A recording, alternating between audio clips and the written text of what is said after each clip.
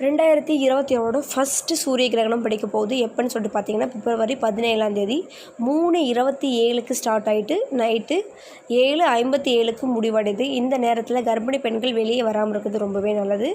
அதாவது என்ன சொன்னீங்களா, எதிர்மறை சக்திகள் அந்த சமயத்தில் வந்து அதிகமாக இருக்கிறதுனால வெளியே வராமல் இருக்கிறது நமக்கும் நம்ம குழந்தைக்கும் ரொம்ப நல்லது. அது இல்லாமல் நேருக்கு நேராக சூரிய பகவானை நம்ம கண்ணால் வந்து பார்க்கக்கூடாது. கண் பார்வை போகிறதுக்கு அதிக அளவு வாய்ப்பு இருக்குது. ஏன்னா கதிர்வினைகள் அப்போ வந்து அதிக இதுவாக இருக்குன்னு சொல்லுவாங்க.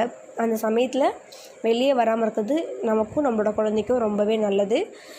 சாப்பாடு வந்து சாப்பிடக்கூடாதுன்னு சொல்லிட்டு சொல்லுவாங்க. ஆனால் அப்படிலாம் ஒன்றும் இல்லை. ஏன்னு சொல்லிட்டு பார்த்தீங்கன்னா, அந்த சமயத்தில் சாப்பாடு வந்து சாப்பிட்டோம்னா சீக்கிரமாக வந்து ஜீரணம் அடையாது.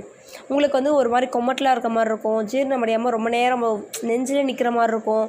அந்த சமயத்தில் ஜீரணம் அடையக்கூடிய சக்தி வந்து குறைவாக இருக்கும். ஆற்றல் வந்து குறைவாக இருக்கிறதுனால ஈஸியாக ஜீரணம் அடையக்கூடிய, ஏதாவது பால், நம்மள ஏதாவது வந்து ஈஸியான ஃபுட்ஸ், சீக்கிரமாக ஜீரணம் அடையக்கூடிய ஃபுட்ஸாக ஏதாவது வந்து எடுத்துக்கோங்க. அது வந்து ரொம்பவே நல்லது. இந்த மாதிரி ஃபாலோ பண்ணுறது ரொம்பவே நல்லது.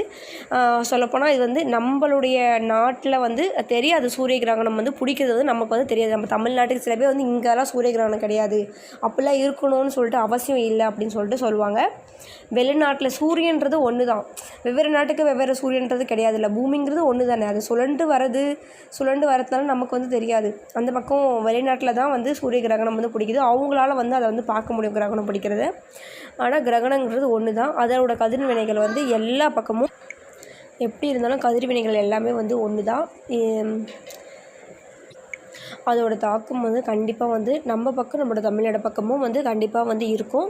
எல்லோரும் நம்ம வந்து அது இருக்கோ இல்லையோ, நமக்கு தெரியுதோ தெரியலையோ, நம்ம சேஃபாக இருந்துக்கிறது நம்மளோட குழந்தைக்கு தான் நல்லது.